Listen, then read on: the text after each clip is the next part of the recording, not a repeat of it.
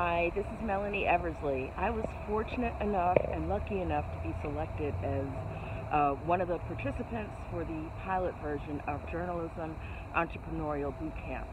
I am speaking to you from Central Park in New York City, and the place where I'm standing was once known as Seneca Village.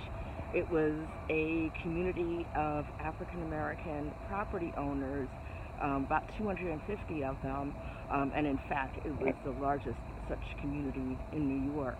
And it stood here until they raised it to make room for Central Park.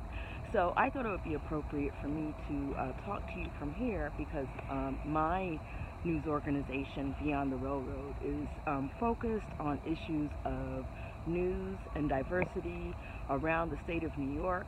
I'm looking to feature not just news that people would not normally be able to get from the media that exists, which has been downsizing all over New York State, just like it has throughout the country, but also looking to teach people a little bit of history in those news stories, because what I have discovered over the years is that there is just tons of rich history and culture having to do with people of color throughout the state of New York that hasn't really gotten out there.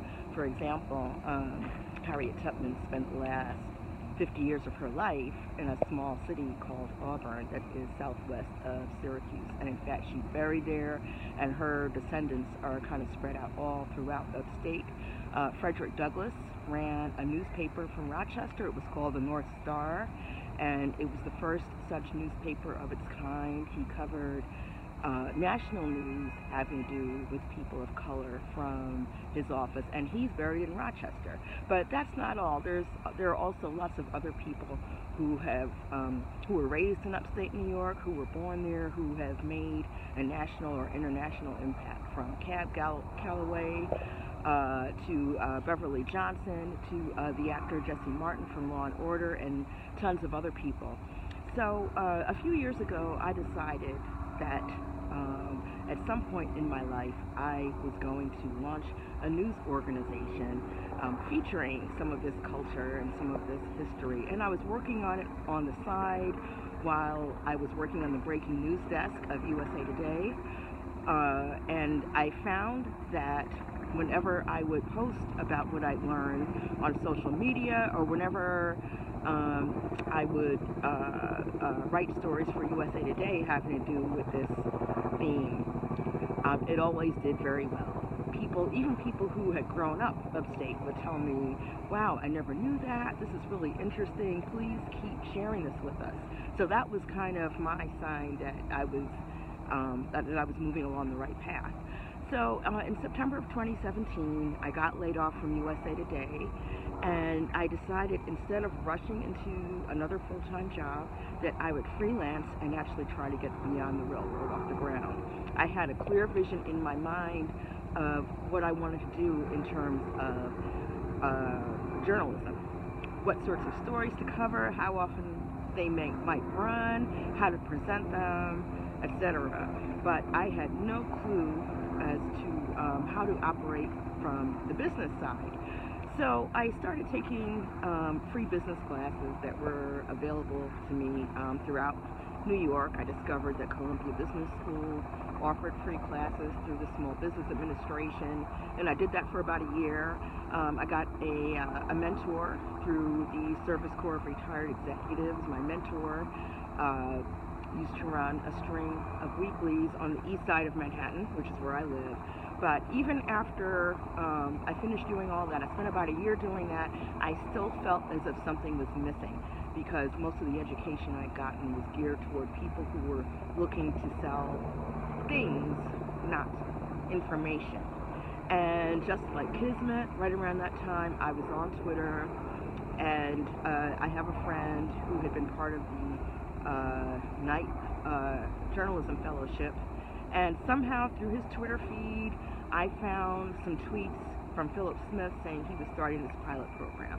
And I contacted him on Twitter and said, I have got to be a part of that. That is just what I need. We stayed in touch. I applied. I got in. To my surprise, he was only picking 5 people in the country. So I almost fainted when I found out.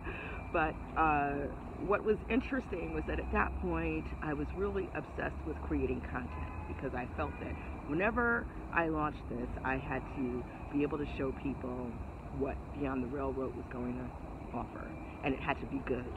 And Philip forced us to put our content creation aside and focus on the business end.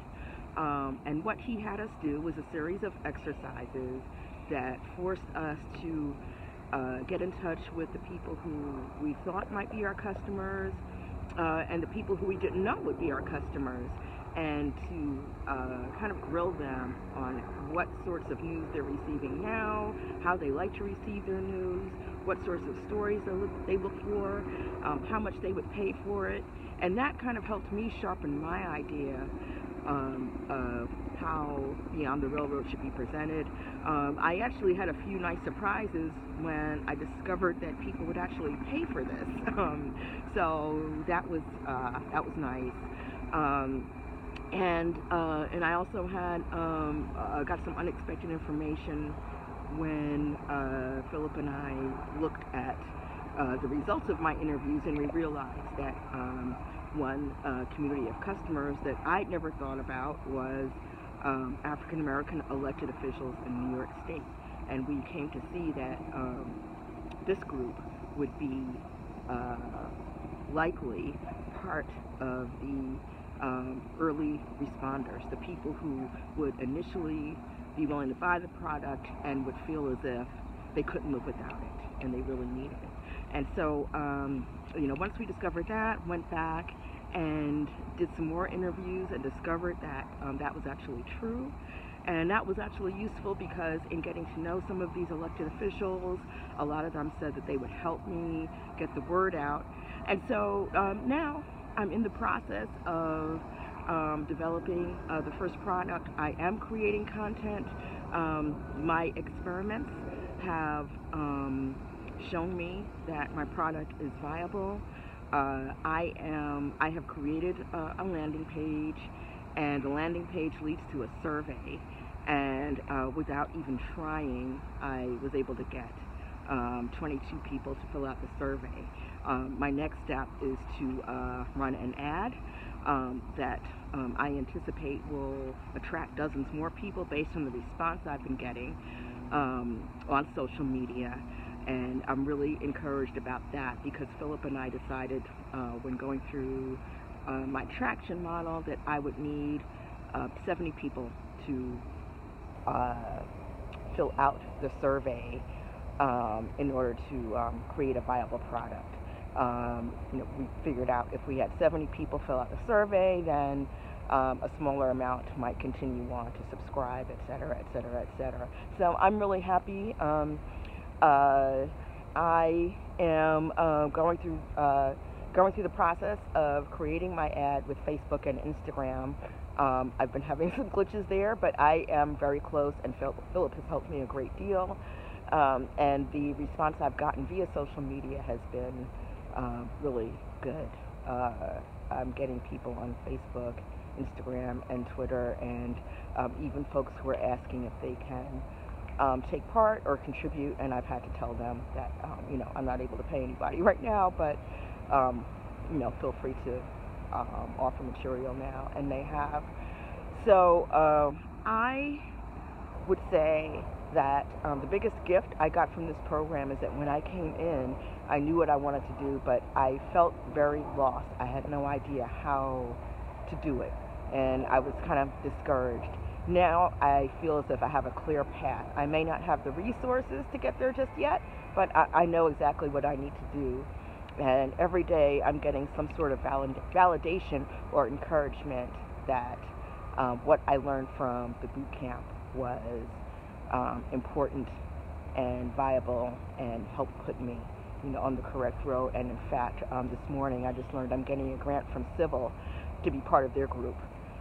So I'm over the moon about that. And the contacts I made through boot camp and the information I got from boot camp was what helped me get to that point. So I really hope you continue this program. Thank you for letting me be part of the original group.